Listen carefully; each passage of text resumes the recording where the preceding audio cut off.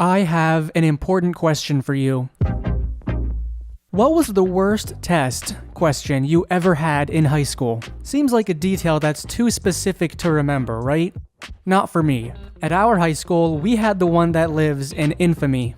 Find the volume of this cylinder of unknown dimensions, which is inside of another cylinder. If anyone from my high school is watching, you remember this one. This is where we separated the boys from the men. Or maybe it was sowing the seeds for candles the whole time. School sucks. Kinda. Depends on who you ask. Were you a theater kid? A jock? A nerd? Whatever group you were in, we can all agree on one thing. Those teachers probably should be paid more. Oh my god, I feel so bad for them.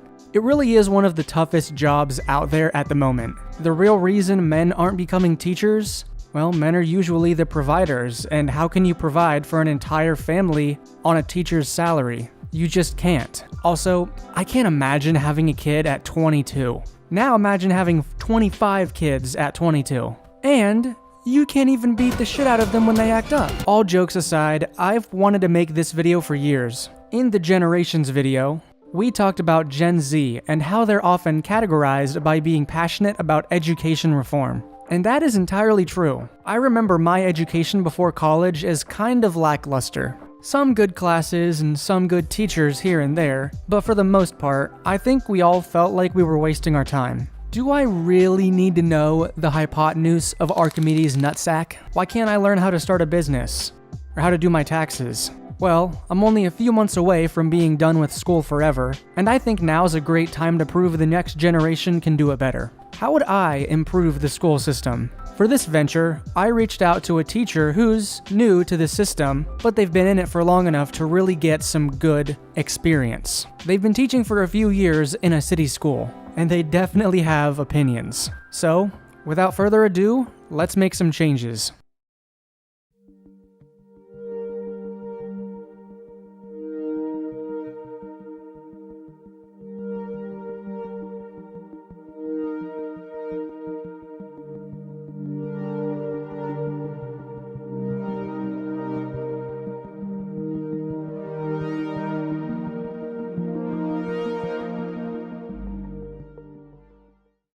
The state of education in the United States today.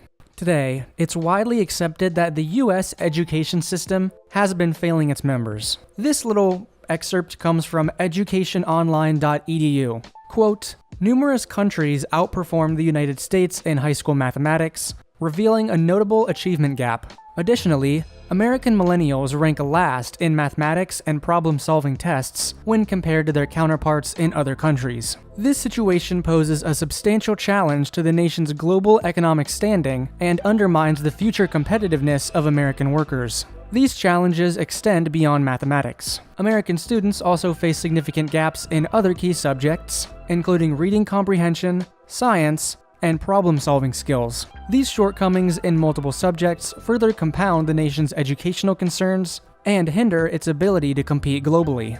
How did we get here? Long story short, it's a known fact that the original education system we created here in the USA was born of a need for factory workers. The country was just about to reserve their spot in the next World War, and we needed working-class citizens who knew how to follow directions and a rigid schedule. And for a time, this worked out pretty well. We created model citizens who excelled at what they needed to do. But now, of course, the world has changed, and we no longer need these factory-type jobs. At least, not to the scale that we did back in the 40s. The world did change, but the schools didn't. One of the major ideas behind education reform is the curriculum. A lot of people agree that it's out of date. The standard United States middle and high school curriculum looks something like this. You've got courses like English, math, history, science, and geography.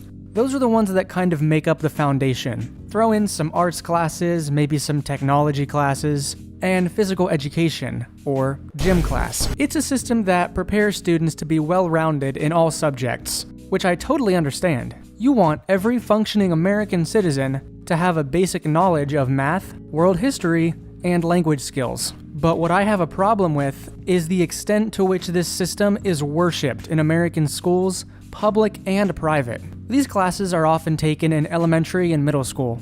By the time high school comes around, every student knows how to communicate with the English language and solve equations. So why do we force these students to continue learning these basic tasks in high school? English classes just repeat the same information, along with the added assignment of writing research papers in proper format, which no one outside of a science-based career path ends up using once they're out of school. And I totally get the argument that kids' general learning abilities are getting more hampered by certain things like the internet shortening attention spans. I totally get it. But by high school, a student should know how to speak and write in English, unless they're an international student, which totally understandable. But if you can't teach English by the time someone is in 9th grade, there's a problem. And math is far worse, with complex, non-real equations being forced onto an already burnt-out student. I will die on this hill specifically, and it's something that the teacher I interviewed for this video agrees with me on. The only thing higher math ever did for the average high school student, in my opinion, is teach them how to use the internet to cheat. History is a little more understandable, as there's a lot to cover, but history classes always seem to get more specific as the years go on. Why do I need to know the exact year this war took place? Isn't it more important to dedicate time to discussing the impact of that war and how it affects us today? Scientific concepts don't get used unless you're a scientist. In geography, okay, we can keep geography. As an American, my understanding of geography is pitiful. Clearly, we need that one. Not every school is the exact same, and there will be those who disagree with what I've said here. America is a diverse place, and if you're part of the first generation of your family living here, you probably need more time to catch up on the American lore. But for everyone else who's taken the same class 4 times, can you confidently say that it was time and money well spent? That's why I, along with millions of other Americans, are calling for a change in the school curriculum. Here's my proposal. Number 1, high school math requirements stop when it stops being real-world applicable. I think this one is obvious. By far the most common complaint from modern students is the overemphasis of mathematics in every high school. Algebra? Fine. If I'm ever building a fence, I'll use it. Geometry? Hey, fences can form shapes, so yeah, we'll keep that one. Statistics? A bit more specific to the economists, but okay. I can definitely use some of that stuff. Calculus? Absolutely fucking not. Look, I actually love my high school math teacher, great guy. But calculus has never once helped me with anything, because I'm an arts major. Classes like these should be offered, but never required. Free up some of that time to teach some life skills. Here's an example. Replace calculus with a cooking class. Not because school needs to be easier, but because it's just more useful. American citizens are obese. This is the thing we're known for at this point. You teach students how to cook healthy and delicious meals for themselves, and you can curb a lot of that obesity. I just learned today how to make overnight oats. Love it. Super easy, and it's so much better for my health. Especially if you're a man out of high school. Gender stereotypes aside, I would have loved to know how to grill some vegetables. It's a simple change that solves a lot of other problems down the line, like obesity. Change number 2. History classes will now have a greater emphasis on major events and the effects of those events, compared to similar trends we see today. For example, Watergate, and how the public developed a mistrust of the government, because that is very relevant today. Less of a focus on specific days and specific years. Instead of memorizing every Civil War battle and who won each one, focus more on what led up to the war, and how the public reacted to its conclusion. How did companies profit off of the war? How do we prevent the companies of today from repeating that process? Just like math, if it's not real-world applicable, skip it. Change number 3. High school upperclassmen have self-inspired final projects, where they can take the things they learned and apply them to their own interests. So this idea comes from one of the best college courses I've ever taken. This is how it was set up. The professor taught very basic concepts through various means. PowerPoints, lectures, videos, readings, everything. Along the way, we'd show these basic principles through mini projects. Show me 3 designs that use size and contrast. Okay, so I turn in something like this. Great, it didn't take me that long, but I understand the concept. Moving on. lectures that inspire actual ideas. And for our final project, we got to take any combination of these lessons we learned and apply them to whatever side hustle we were already working on. For my final project, I created a variation of the candle's logo, using size and contrast. I learned something, and I applied it. But doesn't this only apply to creative projects? It doesn't have to. Let's say you're in a history class, but your interest is entrepreneurship. Your final project will be, take any historical event we learned about and apply it to your interest. Okay, so a combination of history and entrepreneurship. Let's take World War I and create a business that profits off of the war effort. The student makes a presentation with the brand name, the business model, and impact on the economy. The presentation itself will show its work by including information on IRL businesses that sprang up after the war. And the student will show how these examples influence the creation of their fake business. You see what I mean? Doesn't that sound so much more interesting? You're still showing that you learned the material, but this time, you get to show that you actually understand it, and the student can use it to forward their actual interests. Number 4, better sex education with an emphasis on relationship dynamics and internet porn addiction. This one comes from my extensive research on sex ed in American schools and how we're being underserved.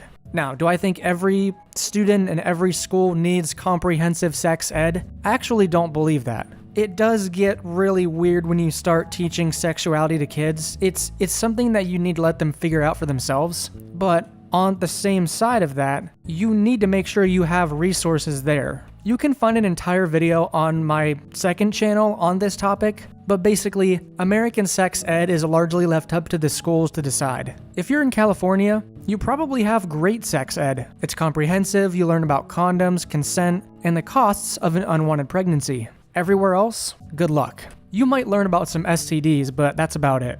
Why am I passionate about better sex ed? Because if you fix sex education, you solve a lot of problems. Cheating couples, sexual violence and abuse, porn addiction, the gender war. If you break down a lot of our modern social problems, almost every single one of them stems from some kind of sex hang-up.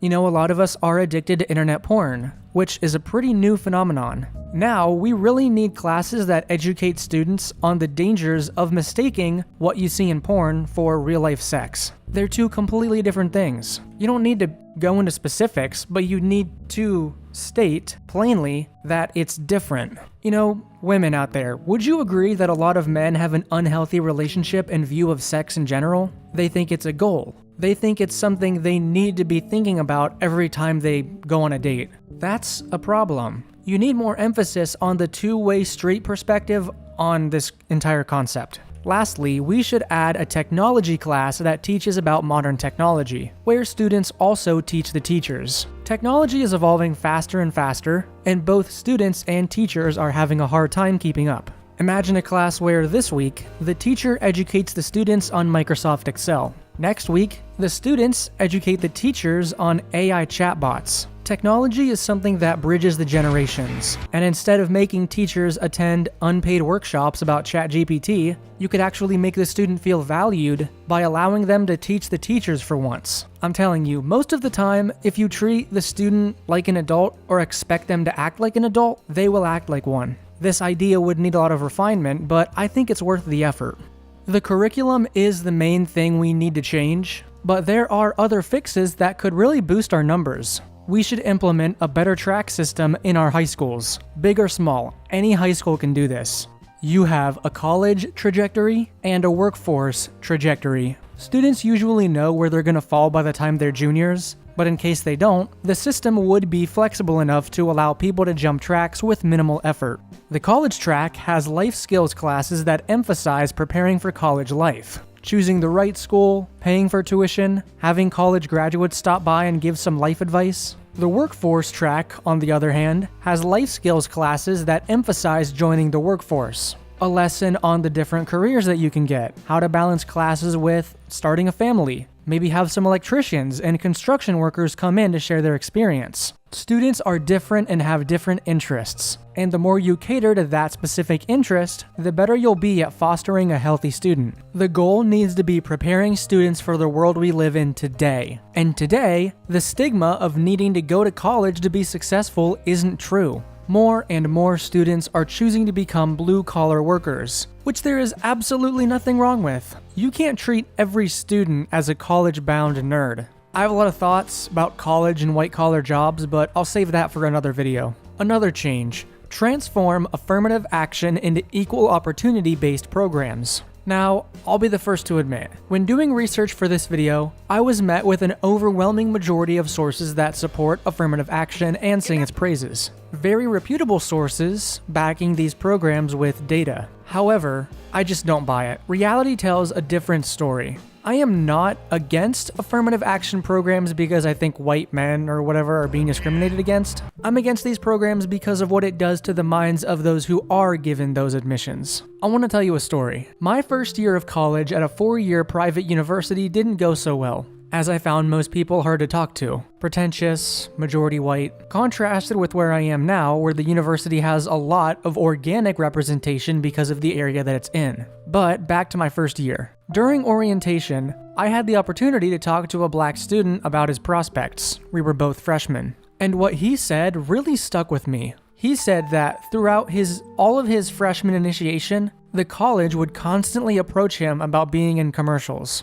They wanted to put his face on every billboard, every advertisement, and he hated it. It seems the only time the university actually cared about him is when they could parade him around to other schools and show off just how great they were and morally superior, when in reality he was just a checked box on a list of minorities that they wanted. He absolutely loathed the fact that he knew his achievements didn't matter to them. They only wanted him for his race. This story isn't the same for every student, I get it, and I have heard of how good representation is, totally get that. But ever since this kid told me that story, I can't help but believe that these DEI programs aren't telling the whole story. What's the end goal for these programs anyway? It's to get more diverse voices out there and present. It's actually extremely beneficial for society. When you have citizens from different backgrounds and different perspectives, you have new ideas in all fields. New technology, new medicine, new innovations. While these programs might help to achieve this, it really is a band-aid fix, and it only helps the marginalized students who manage to be the lucky few that get the chance.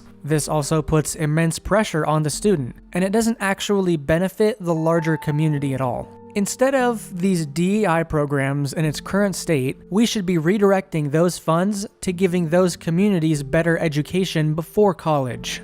If the problem is that, let's say, the black community isn't on an even playing field with everyone else, then selecting random individuals and elevating just them isn't really going to change anything in the long run. But if you work to lift up the entire community so that, yes, they do have the same opportunities as everyone else, you allow them to grow naturally, and their best and brightest individuals will reveal themselves. Not only do you get those diverse voices, but you've also ensured that the entire minority is afforded those opportunities in the future.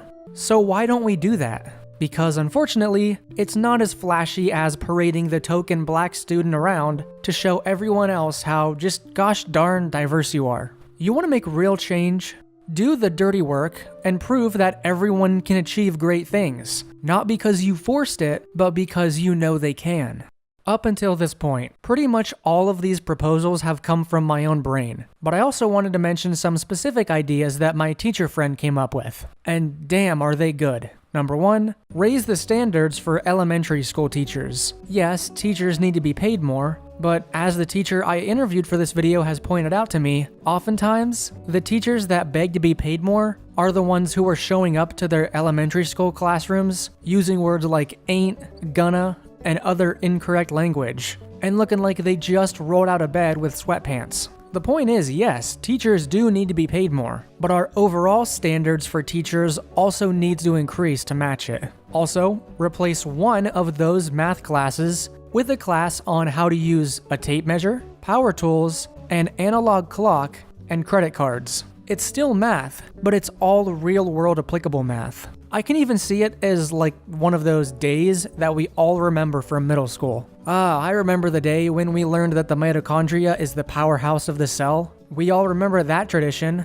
Why don't we have one where we learn how to use a crescent wrench? It sounds like I'm joking, but I'm 100% serious. It's not a bad idea and you know it. Last change. Add a more concrete program where graduates can receive funds and credits if they stay on as a teacher's aide, giving advice and helping to grade papers. You know, if the problem is we don't have enough teachers, then encourage recent graduates to become teachers through specialized programs. A young student is undecided. He's graduating high school without much of a plan. Well, here's an opportunity to remain at the school for a few more years, hired on as a teacher's aide. He helps grade papers and maybe creates study guides. But the real benefit of this system is what he knows about the school itself. He knows how the students cheat on tests. He knows which teachers aren't teaching effectively. I'm sure he'd love to give you ideas on how to improve the school. Having someone like this on staff would be so valuable. Are all of your teachers old and out of touch? Well, students tend to love teachers who are extremely close to their age, because they just seem to get it. They understand what it's like to go to that school specifically. The students receive a teacher they can trust and will listen to, and the school receives a possible future teacher if everything goes well. Enacting these changes. So we've got some ideas. How do we go about actually implementing them? There's a lot of ways, actually. For one, you can write to your local government with some of these proposals. I plan to make a video sometime in the future where I actually write my congressman just to show you how you do it. Let them hear from you directly. Any economists in the audience? Take what I've just laid out for you and see if you can create a budget for your local school board, or even take it to the federal level. The education budget is being slashed, as I understand it, so any hope of actually increasing that funding isn't great. If you can figure out how to allocate the resources we have now to make some of these changes, your local government will be way more inclined to make the switch, or at least test it out. Part of the plan here is to appeal to the current political climate. Are you in a red state? Figure out where your governor stands on these issues, and tailor your letter to their sensibilities. Screaming into the void doesn't do much good at the end of the day. What we need is an audience who will take the time to individually make their voices heard, and I hope you guys can be that audience. As you can probably tell, I'm super passionate about all this stuff. I've taken those classes where I felt like I was wasting my life away. I get the strategy here. Sometimes you have to learn to sit through things you don't want to sit through, and that's a good life lesson. But come on, these are the years of our lives where we're expected to explore who we want to be, and yet everyone is placed into this rigid structure, learning stuff that we know for a fact nobody uses, and we're just expected to sit here and do it. We need a more flexible curriculum, a system that gives everyone the same opportunities, and of course, a higher salary for good teachers. Let me know in the comments what changes you'd like to see in our education system. If you're outside the US, what does your school curriculum look like? I'd like to know. So, thank you everybody so much for watching. I love you all. Good night.